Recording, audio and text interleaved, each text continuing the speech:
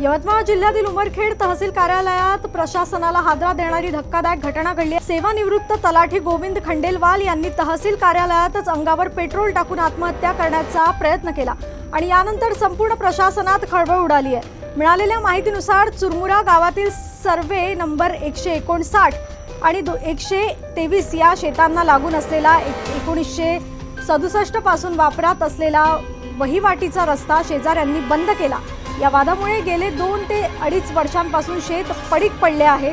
खास बाब म्हणजे खंडेलवाल यांनी गेल्या 2 वर्षात उमरखेड तहसील कार्यालयात उपविभागीय अधिकारी कार्यालय, पोलीस स्टेशन आणि जिल्हाधिकारी कार्यालय अशी असंख्य चक्रा मारल्या, तक्रारी दिल्या, पत्रव्यवहार केला, मात्र न्याय न मिळाल्याचा गंभीर आरोप त्यांनी केलाय। प्रशासनाच्या निष्क्रियतेला कंटाळून आज त्यांनी तहसील कार्यालयातच अंगावर पेट्रोल ओतून आत्महत्या करण्याचा प्रयत्न केलाय। तेवढ्यात उपस्थितांनी धाव घेत हस्तक्षेप केला आणि मोठा अनर्थ टळला। आमच्या प्रतिनिधीशी बोलताना त्यांनी संतापाने सांगितले, प्रशासन दखल घेत नाही म्हणून मी आत्महत्या करतोय। माझं काही झालं तर याला उमरखेड प्रशासन जबाबदार असेल। या संपूर्ण घटनेमुळे प्रशासनातील कारभारावर मोठे प्रश्नचिन्ह उभे राहिले आहे। सकाळी सेवानिवृत्त तलाठी खंडेलवाल यांनी उमरखेड तहसील कार्यालयामध्ये पेट्रोल टाकून आत्महत्या करण्याचा प्रयत्न केला।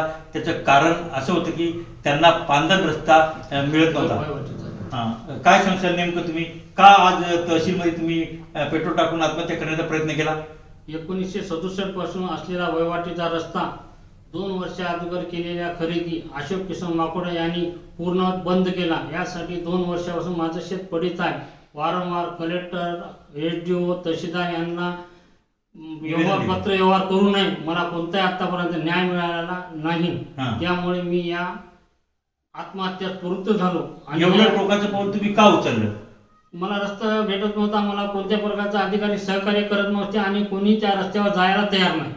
पोलीस स्टेशनला लेटर दिलं, एसडीपीला दिलं, कलेक्टरला, सगळ्याला दिलं, पण कोणताही अधिकाऱ्यावर फरक पडला नाही। तहसीलदारची भूमिका काय राहील तुमच्यासोबत?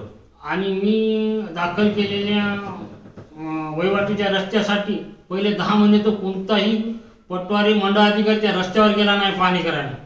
त्याच्यामुळे वारंवार पत्र दिल्यानंतर कसे तरी दुसऱ्या मंडळ अधिकाऱ्याला लेटर देऊन ते स्थळ निरीक्षण करायला लावलं आणि त्याच्यानंतर पुन्हा 1.5 वर्ष झालं, अजून कोणत्याही त्याच्यात रस्ता मिळाला। शेवटी तुमचं काय म्हणणं आहे?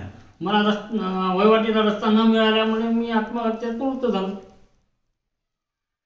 तर हे होते सेवानिवृत्त तलाठी। सकाळी